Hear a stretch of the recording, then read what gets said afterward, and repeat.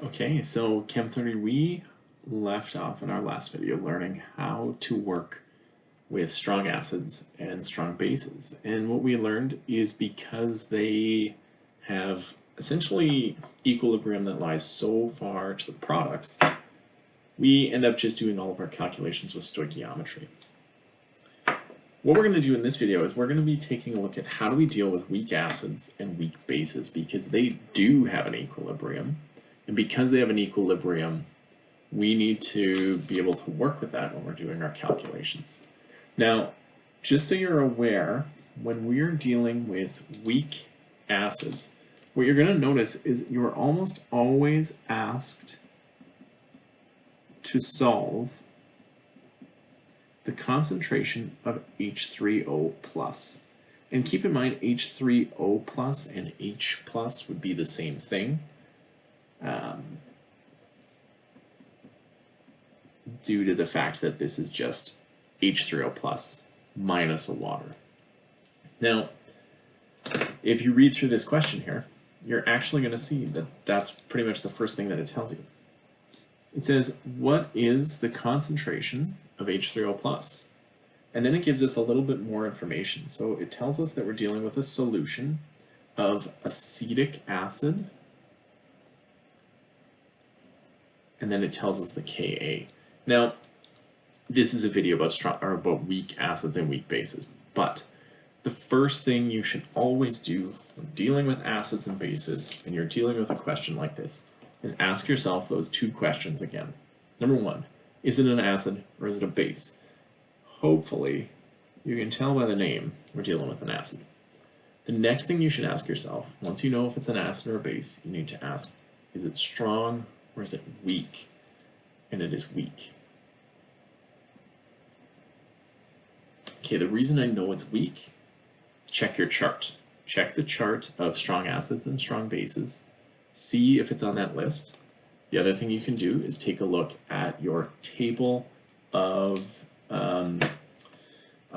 the relative strengths of acids and bases in your data table booklet, and you're going to find acetic acid is in that list with the weak acids. The other thing is it actually tells us a Ka value. Now, a Ka value is an equilibrium constant, right? That's what this actually is. This is the equilibrium constant for acetic acid. And so what we're going to do is we're going to learn how do we actually solve this concentration. Because we're dealing with equilibrium, here's where I'm going to start. I'm going to start this question with an icebox. And I know that's probably not what you wanted to hear, but here's the good news, is by the time we finish this, I'll show you kind of a shortcut that we're going to use in Chemistry 30 to avoid ever having to do an icebox with acids and bases again. So the first step is to write out your balanced equation. Now, this is an acid, and this is where it's important to keep in mind which equation you're writing. Remember, all of these equations, when we're dealing with like a Ka or a Kb or a strong acid or a weak acid, you're always going to react it with water. Because it's weak, it's in equilibrium, so we need equilibrium arrows. And because it's an acid, acetic acid, CH3COOH, is going to donate its proton to H2O, and it will produce H3O+. If you do not make H3O+ as a product in the reaction, then you won't be able to solve the problem. That's what happens with acids. They donate their proton to make this substance. The other thing you're going to have is the conjugate base. So I get CH3COO-. All right, I'm going to make an icebox. And I know you don't want to make an icebox. But here's the upside. You're never going to make an icebox for acids and bases again after this. But I like to actually go through this so you can see why. So the initial concentration of acetic acid is 0.100 molarity.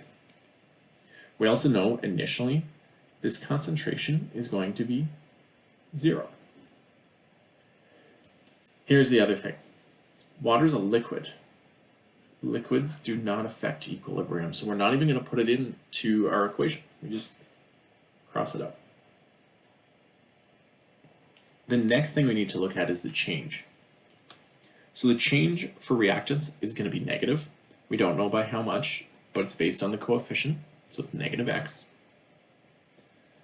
H3O plus is going to increase because it's a product, and same with CH3COO minus. And again, we don't know by how much, so we're going to put an x in there, but it's only 1x because there's only 1x as the coefficient.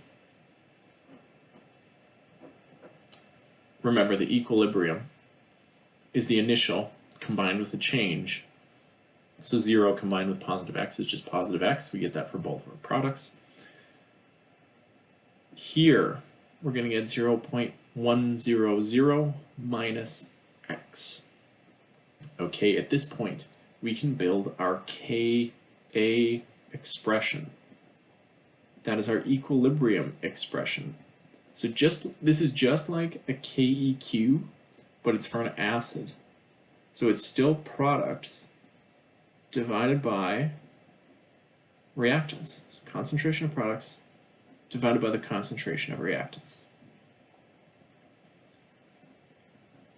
Okay? So that's what it looks like.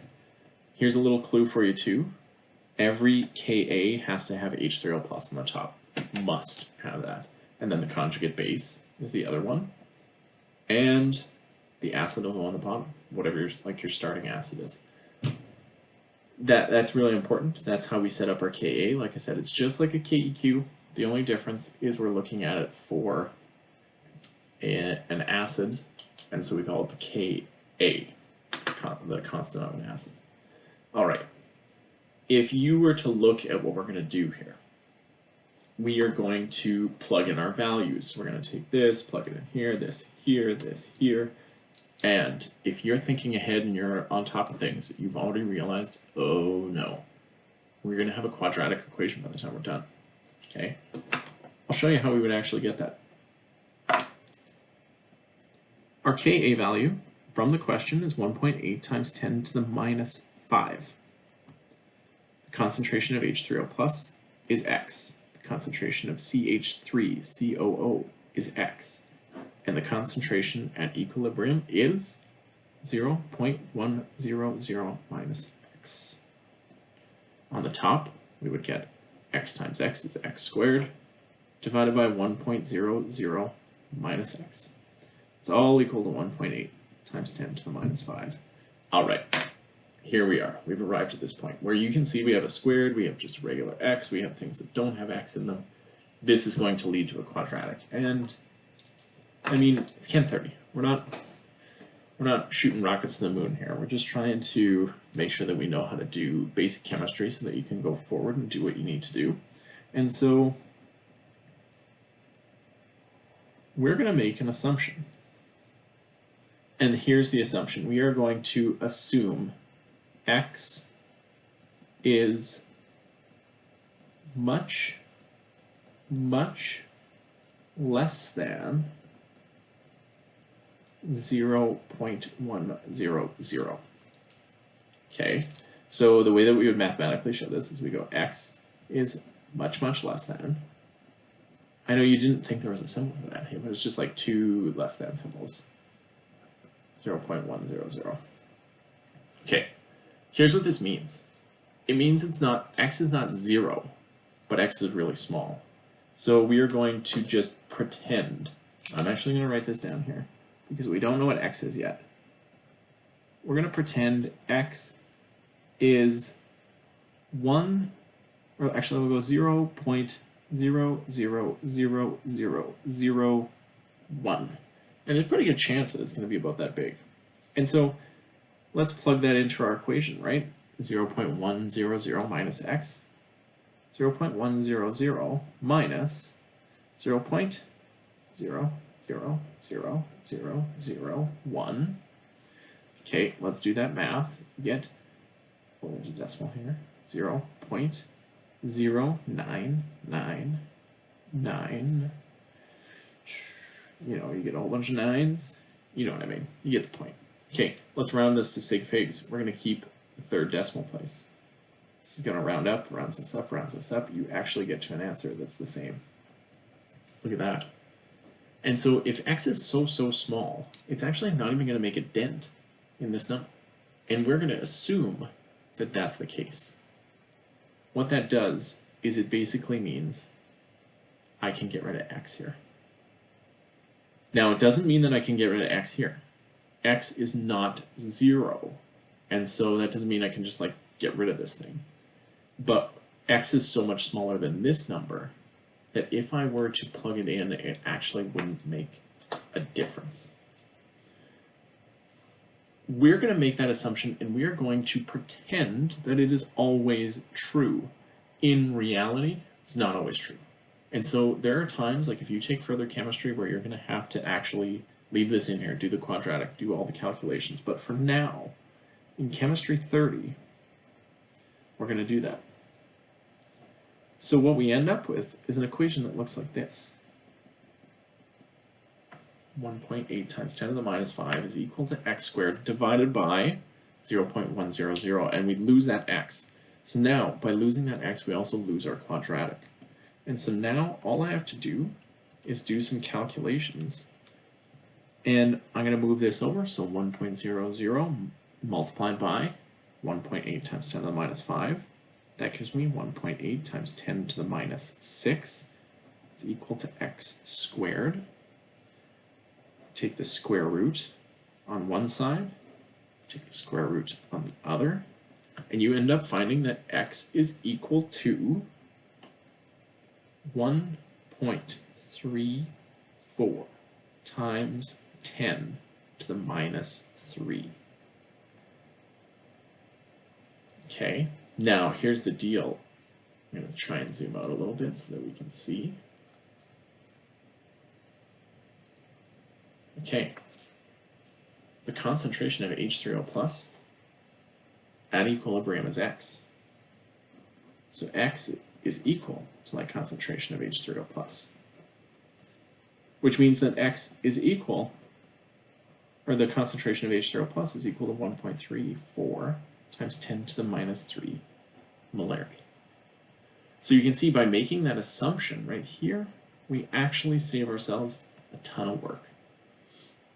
Like I said, this assumption is not always going to be true, but it works well enough when we're working with acids and bases that we can use it every time. The reason why is because Kas and Kb's tend to be quite small, so we do tend to have quite small concentrations. In real life, things aren't that easy, but you know, it's Chem 30. We'll take it easy on you. All right, so that's how we work with a weak acid. You can hopefully also see that we don't actually need this icebox. Every time you're going to start with concentrations of 0 with your products. They're always going to increase. They're always going to have coefficients of 1, so they're always going to be x's, and you're always going to get x squared on the top. We're always going to make the assumption that whatever x is, it's much, much smaller than what we started with. And so then when we plug that into our equation, you're just going to take the number that was given and put it on the bottom. The Ka or the Kb is going to be plugged in there, and then you just have to solve for x. That's all you have to do every single time. And so that's how we work with a weak acid. What I'm going to do is in the next video, I'm going to put together, we're going to do a calculation for a weak base. And you can see how we're going to work through that problem is actually not going to involve an icebox. So I'll show you how we can do this without the icebox, but now you know why I'm about to do that. Okay, so next video we'll take a look at weak bases. Thanks for taking a look at weak acids, and hopefully you can do some practice problems and see how it goes.